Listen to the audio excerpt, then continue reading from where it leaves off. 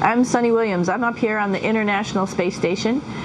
Now, I want to say where we are. So right now, we're on a flat plane. If I was International Space Station and I was flying through space like this, all you have to do is turn yourself and your reference changes.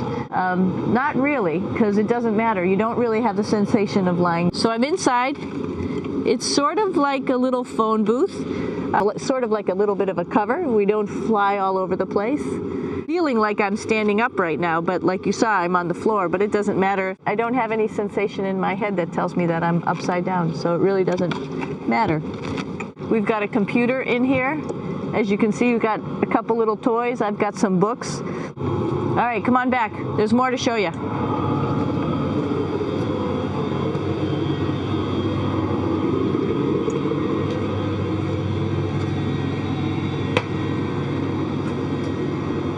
And that's a result of not having to fight against gravity. Actually, I haven't sat down for 6 months now, so you don't need any type of seat. Just make sure you're held in with your pedals. If we start putting any forces into the space station, it's going to make those solar rays bounce around a little bit. Pretty cool place. This is sort of like in your house where everybody meets in the morning after you wash your face, brush your teeth.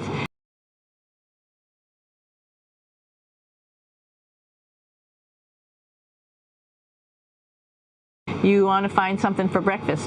Notice there's all sorts of foods here.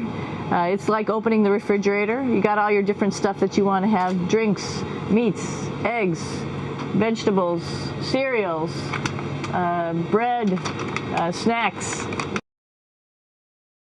And that's a good place. That's where you find all the candy. Side dishes, and then some little power bars just in case. Things that we like, some of our favorite stuff that your family can send up. In fact, I like fluffernutters, and so I got sent up some fluff so I could make my fluffernutter with peanut butter. So you have a lot of food up here, no problems. I'm here with my two buddies in the airlock. Actually, these are two space suits that are ready, primed up to go outside, as we call it, to go do a spacewalk in case we have to do anything outside. Some of the things we do outside are just like inside. Some of the things we do outside are just like inside, and sometimes they don't work quite right. Remember, space is really cold and really hot, and it's also the vacuum of space with no pressure. And so some of the equipment doesn't work well all the time. So we might have to go out and do a spacewalk. Right behind me is actually the hatch that you go out into space. And right now we have it filled up with a couple other spacesuits because we've got 4 of them up here and some of our tools. But right behind here is the hatch in which you actually go right outside into the vacuum of space. The spacesuit is pretty big, as you can see. It's like being a football player. Part of the reason it's so big and bulky is because of this backside, this backpack. It's like going on a hike with a backpack, but the backpack and the suit weighs about 300 pounds. Luckily in space, nothing really weighs anything, so you don't feel that it's so heavy. But we need to have such a big suit because that guy back there is essentially the heart of the spacecraft. I call this actually a spacecraft. It has all the oxygen for you. It has all the carbon dioxide removal system for you. Play here if there's anything that's going wrong with the suit, if we're running out of oxygen, if we have too much carbon dioxide, or any type of electrical problem. So it's a pretty awesome little spacecraft, and actually got to go out, use my little spacecraft a couple times, and it worked like a charm. Lucky that it works very nice.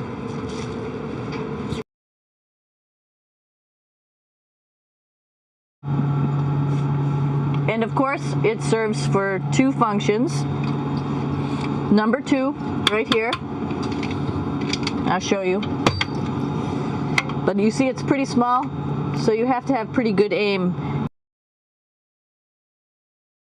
But you see it's pretty small, so you have to have pretty good aim, and you'll be ready to make sure things get let go the right direction.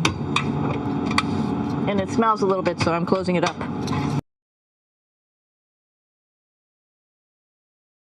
And that's, of course, for number 2. And this guy right here is for number 1. So they're sort of two slightly separate functions, but you can do a little, essentially both, by hanging on right here and doing number 1 and number 2. I might add it's color coded so you really don't get it mixed up, which is nice. This is yellows for number 1. And also there's a selection of paper. People always ask about toilet paper. What do you do with toilet paper? What kind of toilet paper do you have? We have gloves just because sometimes it does get messy. We have Huggies just for any cleanup. You know, we were all babies once and this sort of helps. And then if things get really out of control, we have disinfectant wipes just to make sure we clean up here. Because, you know, just like the water I showed you, the number 1 stuff can sort of go all over the place if you don't aim correctly. And did I mention both of these have a little bit of suction, so they should keep things going in the right direction. But like I said, sometimes things get a little out of control if you are out of control yourself flying around. So we have lots of protective stuff. And a lot of folks, I play this game with myself about where we're flying over the Earth. So right now we are right over Africa. It's a little bit cloudy, as you can tell, but we're right over the continent of Africa.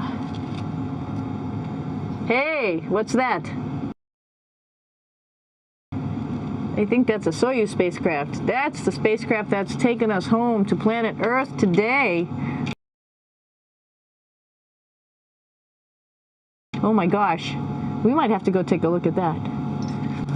This is what we call the A-Red, and with this you can lift weights based on vacuum in these cylinders, just like you do at home at a gym. For example, if I wanted to do a squat, I could do it like this. Oops. I should need some weight on this thing. I'm not lifting with anything, so it's too easy.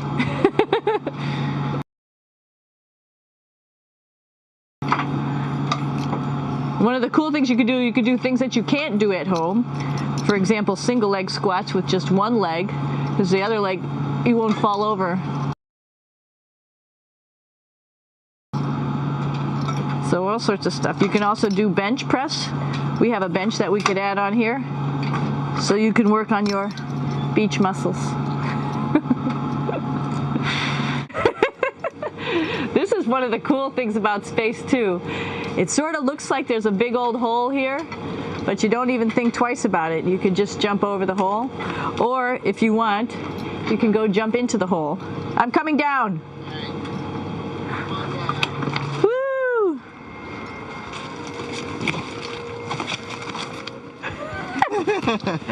Then you can come right back up again, like Superman. Woo!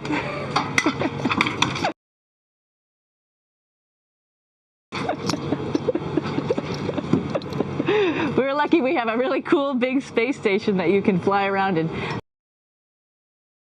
About that is it's essentially our closet in our pantry, or whatever you want to call it. We have extra food down there, we have extra clothes, we actually throw the trash out down there. So it's nice and organized, and we have all of our stuff that we need while we're working in all these other modules all stowed in this location down here. And it's a lot of fun to play in. One thing we need to show you is our patches here. While we've been up here, we've been Expedition 32 first, and then just recently we're leaving. We were Expedition 33. And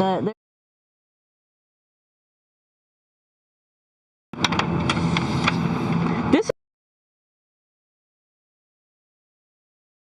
is the FGB, and what's cool about this module, it is actually the very first piece of the space station that came up in 1998. The space station has been around for about now manned for 12 years, but it's been up in space for about 14 years. A couple of the questions are about what type of things do you have to worry about, and some of the things we have to worry about in space are fire. If we had a fire, if we had a depressurization, like we were hit by a micrometeorite and it made a hole, or if we had some type of toxic atmosphere. We use ammonia for our radiator, so there is a possibility that ammonia could come into the vehicle, and then it would be bad for all of us. If we have any of those problems, we come right here, which we call the central post. It is the main heart of the space station. Then figure out how we're going to either fight the fire, patch the hole, or solve the toxic spill. I'm going to stop here just for a quick second. You can see on the Russian spacecraft there's also other modules that stick out, down, and above.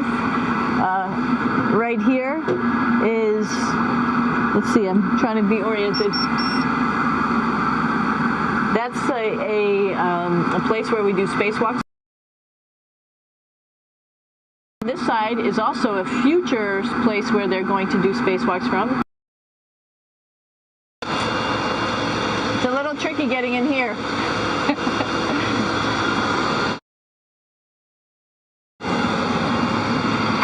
This is the docking probe right here, this big thing. This helps us connect to the spacecraft. This probe actually sticks into this cone, and that's how the spacecraft, our Soyuz, becomes connected to the ISS initially. That is then replaced by clamps, which are around here, that will allow the two spacecraft to be stuck together. And then you can remove the probe and the cone.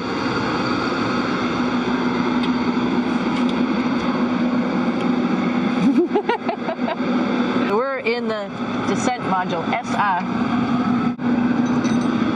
It's a little small, but you can get in.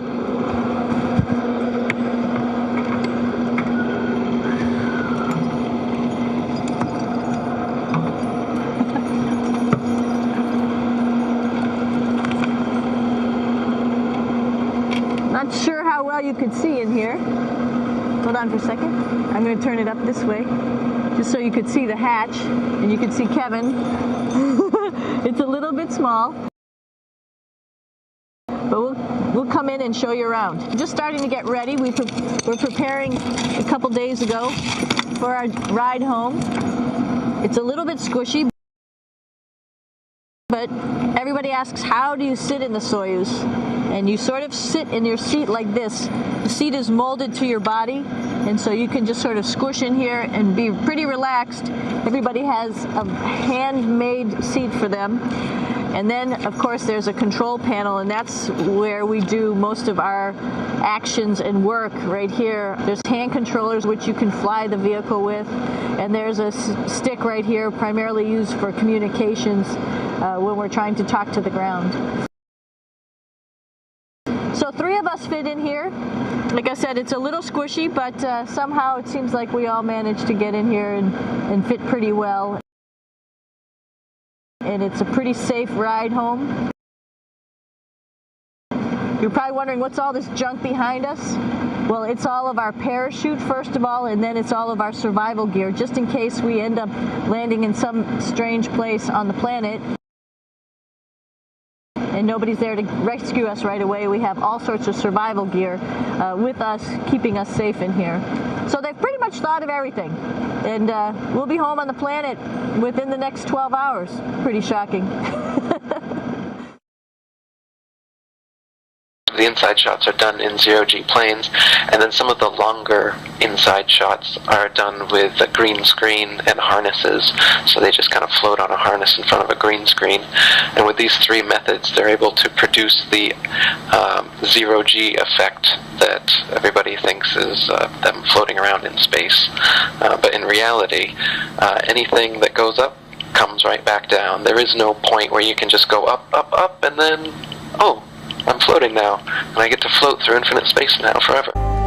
If I just believe it, there's nothing to it. I believe I can fly. I believe I can touch the